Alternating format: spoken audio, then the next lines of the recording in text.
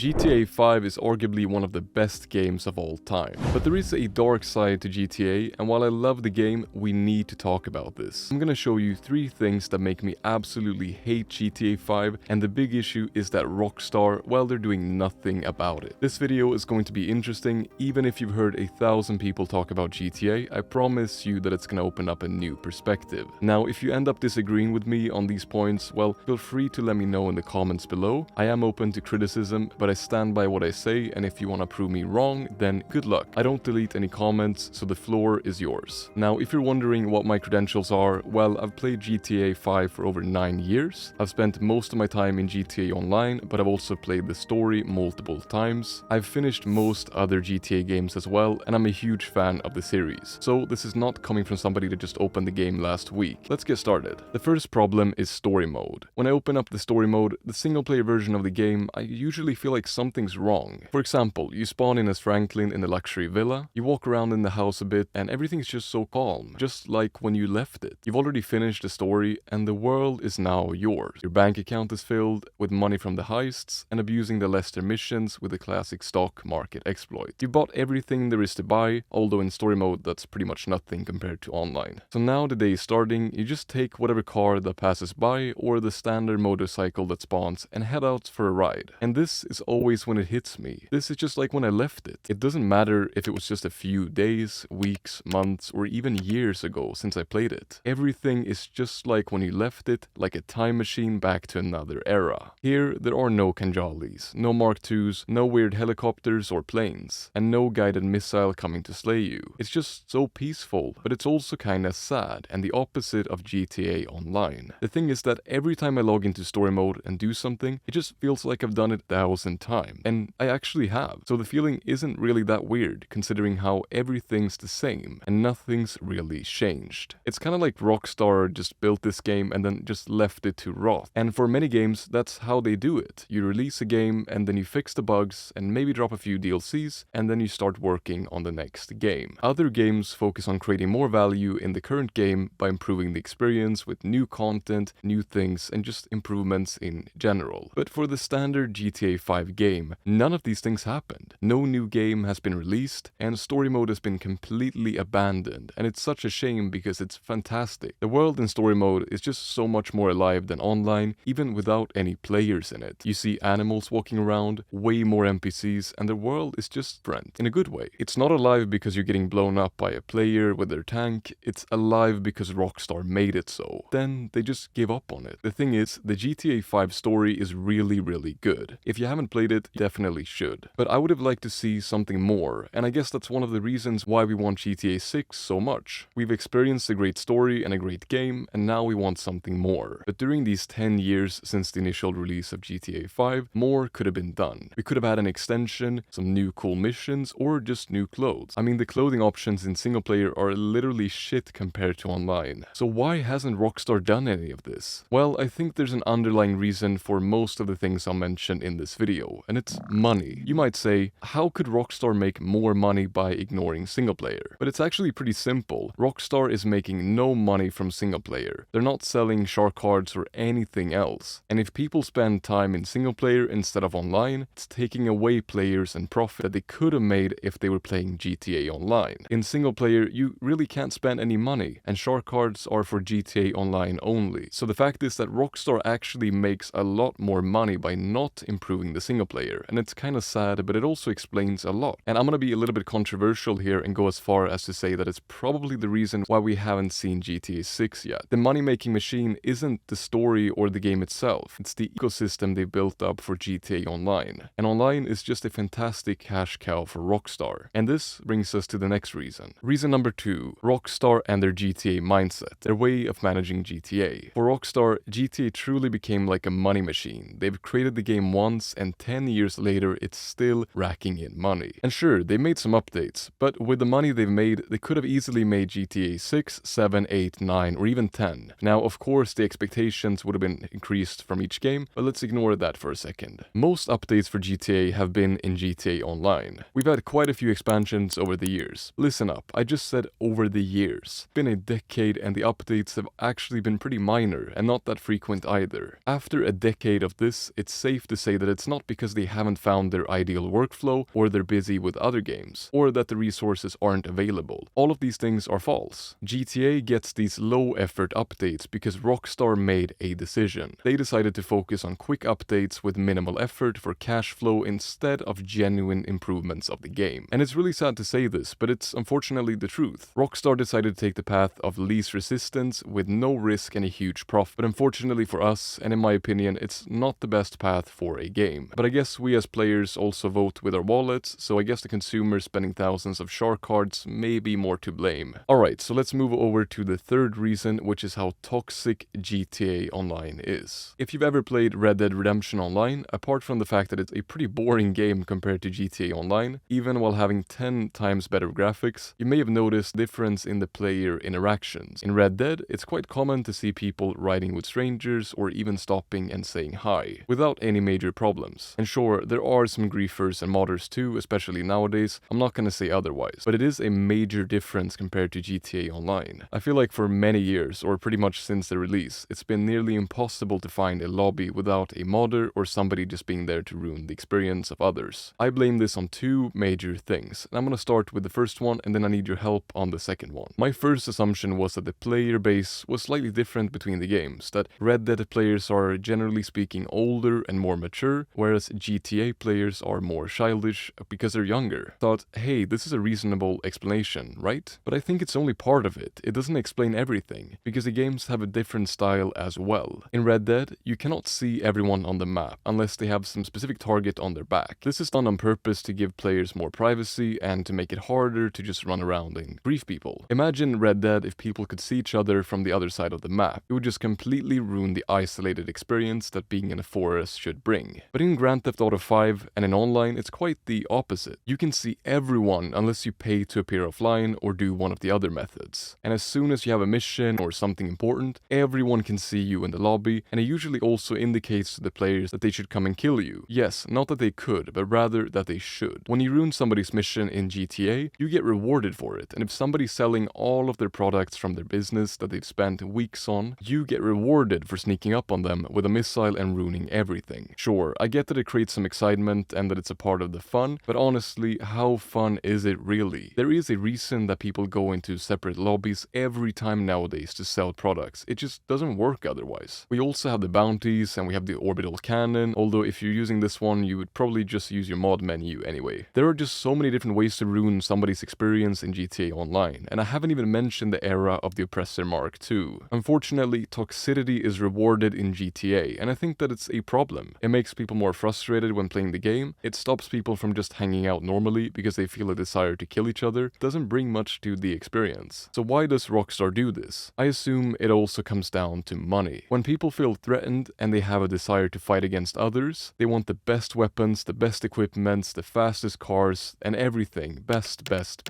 And some of these people are going to spend money and buy shark cards for it, and that's how they make the big bucks. So everything really makes sense. Now, I've covered a few different things I hate about GTA 5, but the main reason is a combination of all of these. It's the wasted potential. GTA 5 is a freaking amazing game. Don't get me wrong. It's been with me since I was a teenager, and even with all the other games out there released in the last decade, I'm still playing it from time to time. I'm very happy about GTA, and Rockstar, you've done an amazing job. GTA 5 is like no other game in a good way, but there's just so much more potential that's just been completely wasted. Updates, fixes, and just opportunities to make things better. Sadly, I feel like a lot of it comes down to Rockstar's priority or an endless pursuit of money over improving the actual game. And do I blame them? No. They just want to make money. I think it's reasonable, but it's also pretty sad. Perhaps GTA 6 will be different, but I'm not that optimistic. Regardless, I'm super excited about GTA 6 whenever we do get it, and now I'll say goodbye and head into GTA Online, grab my laser, and grief some kids with their deliveries. Subscribe for more videos like this, and I think you would like the video on the screen as well, so feel free to check it out next.